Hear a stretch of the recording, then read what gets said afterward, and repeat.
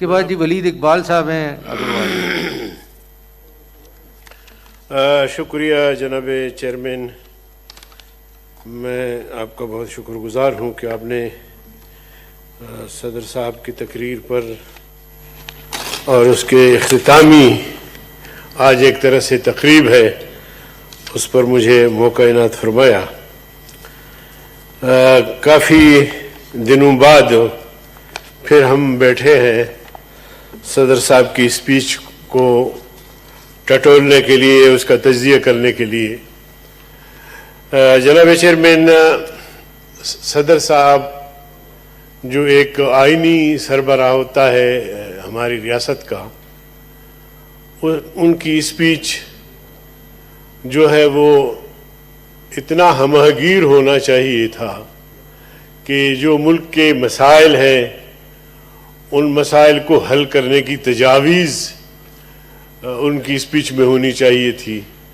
جو پسماندہ علاقے ہیں اس کو ترقی یافتہ بنانے کے لیے ان کے تجاویز ہونی چاہیے, اور پھر جو تجاویز وہ حکومت کو دے پھر ان سے پوچھے بھی کہ جی میں نے اتنے گراں قدر تجاویز دیے تھے تو آپ نے ان کا کیا کیا. اور وہ پورا سال کا پیکج ہوتا ہے, اس میں خارجہ پالیسی بھی ہوتی ہے, داخلہ پالیسی بھی ہوتی ہے, اس میں جناب والا یہ ساری چیزیں ہوتی ہیں حکومت کی رہنمائی کے لیے. لیکن بدقسمتی سے جب ہم صدر صاحب کی تقریر کو دیکھتے ہیں تو ہمیں کوئی چیز ملتی نہیں ہے. اب ایسے میں صدر صاحب نے تو اپنی تقریر کر دی, اچھی بات ہے, جیسے بھی تھی ایک مروجہ تقریر تھی. ظاہر ہے حکومتی بینچوں پر بیٹھنے والے اس کو مثالی تقریر کہیں گے, لیکن اپوزیشن والے کہیں گے کہ جی ملک کے لیے, قوم کے لیے کم از کم اس میں کوئی ایسی بات نہیں ہے. جناب والا, جیسے میں نے کہا کہ صدر صاحب کا جو بیان ہوتا ہے, سالانہ جو ان کی تقریر ہوتی ہے, وہ سال بھر کے پالیسیوں کے لیے آئینہ دار ہوتا ہے. تو وہ نہ آئینہ ہے نہ دار ہے اس میں, بلکہ تختہ دار ہے. اسی طرح میرے قائد نے بالکل صحیح فرمایا تھا کہ جو موجودہ حکومت آئی ہے ان میں مسائل کو حل کرنے کی صلاحیت ہی نہیں ہے. اور بلال بھٹو نے بڑا خوب کہا تھا, اور پہلے روز کہا تھا کہ یہ سلیکٹڈ ہے اور ان میں کوئی ویژن نہیں ہے, کوئی ویژن کا فقدان ہے, کوئی بہتری لانے کا فقدان ہے. لیکن 2 سال گزرنے کے بعد واقعی یہ ساری باتیں جو مولانا فضل الرحمان صاحب نے کہا تھا, بلاول صاحب نے کہا تھا, دیگر لیڈروں نے کہا تھا, وہ ایک ایک ہو کر کے سچ ثابت ہو رہے ہیں. جناب والا, انہوں نے بڑے بڑے بلند بانگ دعوے کیے تھے کہ ہم یہاں 1 کروڑ نوجوانوں کو نوکری دیں گے اگر برسر اقتدار آئے, 50 لاکھ لوگوں کو گھر بنا کے دیں گے اگر ہمیں حکومت ملی. اسی طرح پاکستان کی اقتصاد کو, اکانومی کو اتنا مضبوط کریں گے کہ باہر سے لوگ آ کے یہاں نوکریاں کریں گے. لیکن یہ ساری صورتحال آج ہمارے سامنے ہے کہ جتنے بھی دعوے کیے تھے ان میں سے ایک دعوے پر بھی عمل نہیں ہو سکا. انہوں نے یہ بھی فرمایا تھا کہ جی اگر مجھے کہا گیا کہ آپ نے IMF کے پاس جانا ہے تو IMF سے پہلے میں نے خودکشی کرنا ہے. اب آج اسٹیٹ بینک میں IMF, آپ کے FBR میں IMF, آپ کے فائنانس میں IMF, اب قوم کو انتظار ہے کہ وزیر اعظم صاحب کب خودکشی کریں گے.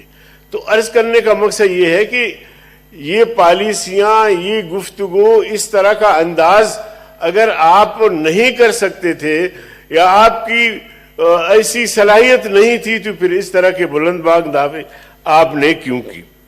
جناب والا, پھر ریاست مدینہ کی بات کر کے میں بڑا حیران ہوتا ہوں کہ ریاست مدینہ کو گرانے, اس کو متنازع بنانے کے لیے تو کام ہو رہے ہوتے ہیں. کہیں مندر بن رہا ہوتا ہے, کہیں جناب علی گردوارے بن رہے ہوتے ہیں سرکاری فنڈ سے اور مسجدیں گرائیں جا رہی ہے، تو کیا ریاست مدینہ میں کوئی اس طرح کا ماحول تھا، اس طرح کیا جاتا تھا؟ تو اس لیے میں سمجھتا ہوں کہ ریاست مدینہ کو متنازع بنانے، ریاست مدینہ کی توہین اور اس کی تقدیس کو پامال کرنے کے لیے یہ ایسے اقدامات کر رہے ہیں اور اس کا نام دے رہے ہیں ریاست مدینہ۔ میرے بھائی نے یہاں فرمایا کہ سیدنا عمر رضی اللہ تعالیٰ عنہ نے فرمایا کہ لو مات الکلب جوعا علی شط الفرات، لو مات الجوع جوعا علی شط الفرات لکان عمر مسئولا عنہ یوم القیامہ، اگر دریائے نیل کے کنارے پر بھی میری ریاست میں اگر کوئی کتا بھوک سے مر جائے گا تو اس کتے کے بارے میں بھی مجھ سے سوال کیا جائے گا۔ ریاست مدینہ کو چلانے والے سیدنا عمر نے یہ اعلان کیا تھا کہ کتے کی بھوک کا سوال بھی مجھ سے ہوگا۔ کوئی انسان تو انسان ہے، اگر جانور بھی بھوک سے مر جائے گا تو اس کا سوال مجھ سے ہوگا۔ آپ نے جو بجٹ دیا ہے اس بجٹ کی روشنی میں غریب کا کیا حال بنا ہے؟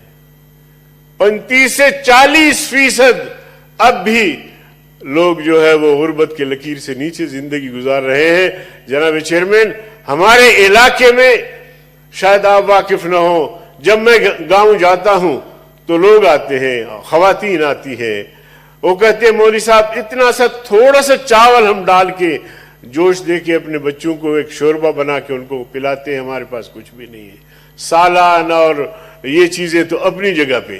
اب اس ایسی ریاست کو آپ نے ریاست مدینہ بنانا تھا، بھوک آپ نے ختم کرنی تھی، غربت ختم کرنا تھا آپ نے، لیکن آپ کے اقدامات سے جس طرح ملک جو ہے وہ دیوالیے کی طرف جا رہا ہے، آپ کا اقتصاد برباد ہو گیا ہے، بلند بانگ دعوے، لیکن آپ کا بجٹ ہے، آپ نے کہا ہے، میں نہیں کہہ رہا، آپ نے کہا ہے کہ جی ڈی پی گروتھ جو ہے وہ 0 پہ آ گیا ہے، یہ آپ کا کہنا ہے، یہ بجٹ ابھی بھی موجود ہے اور آپ کے سامنے بھی ہوگا۔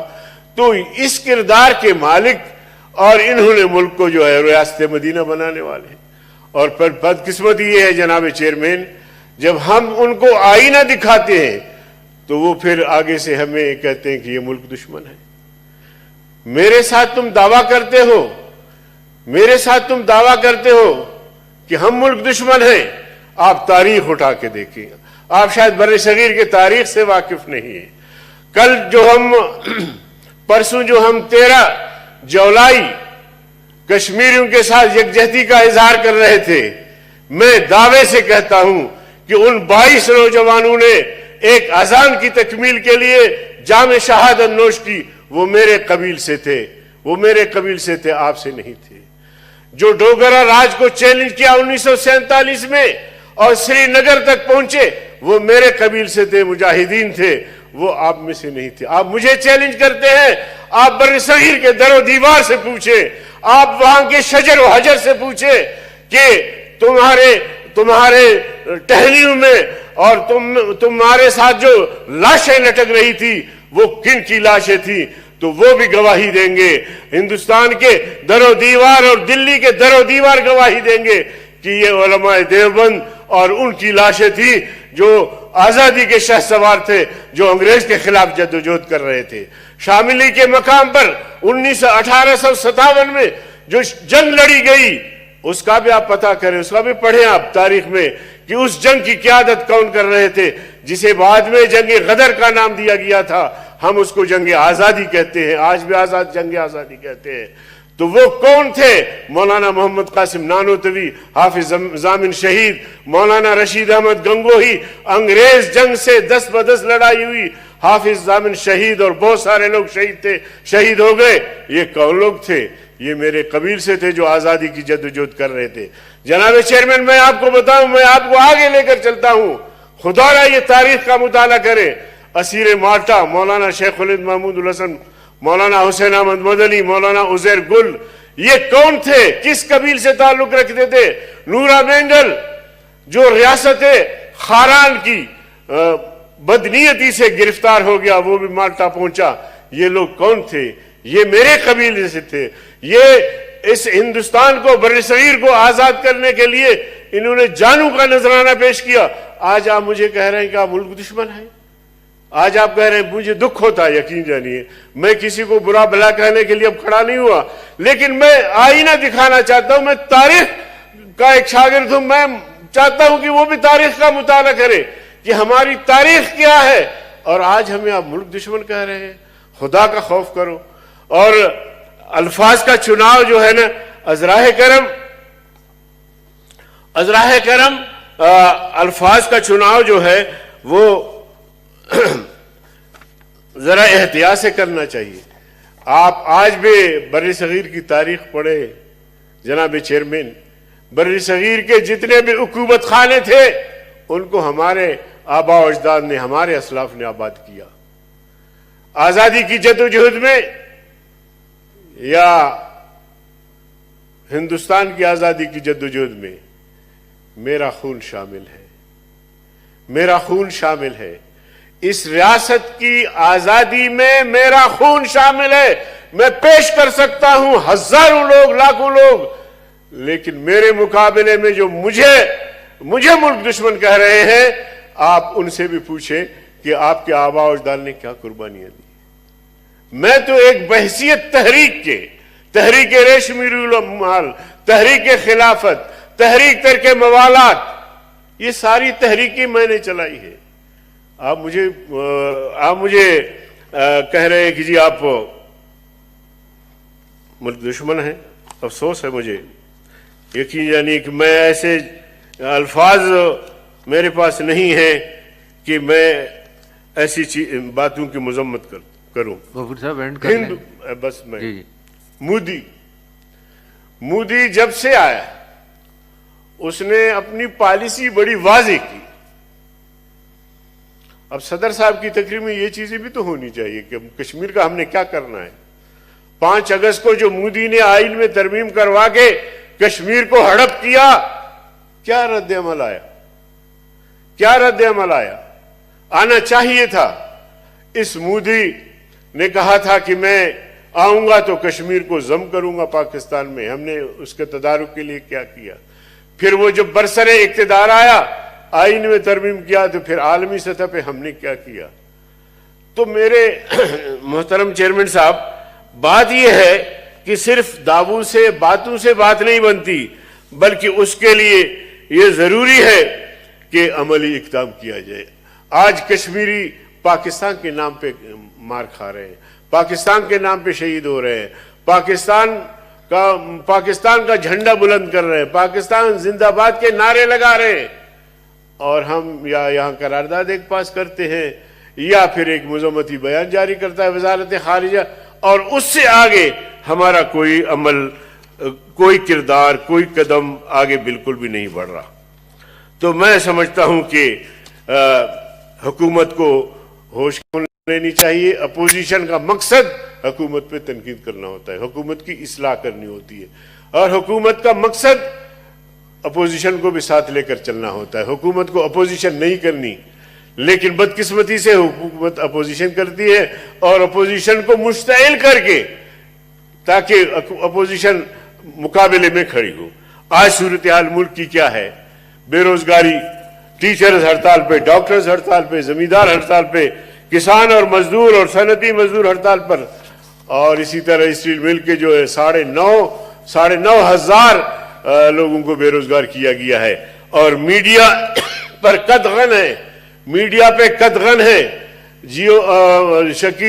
میر شکیل الرحمان گرفتار ہے، جنگ گروپ پہ پابندی ہے، اور بہت سارے میڈیا ہاؤسز ہے، اور ان پر بھی انہوں نے قدغنیں لگائی ہیں.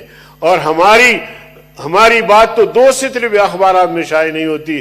ان کو پابند کیا گیا ہے کہ JUI کا کوئی بھی بیان ہو اس کو شائع نہ کیا جائے. لیکن یہ وقت ہے، گزرتا ہے، یہ وقت ہے، گزرتا ہے. ہمارا خون بھی شامل ہے تزئین گلستان میں، ہمارا خون بھی شامل ہے تزئین گلستان میں. ہمیں بھی یاد کر لینا جب چمن میں بہار آئے.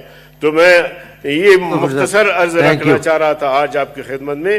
جس کھیت سے دہقاں کو میسر نہ ہو روزی، جس کھیت سے دہقاں کو میسر نہ ہو روزی، اس کھیت کے ہر خوشہ گندم کو جلا دو.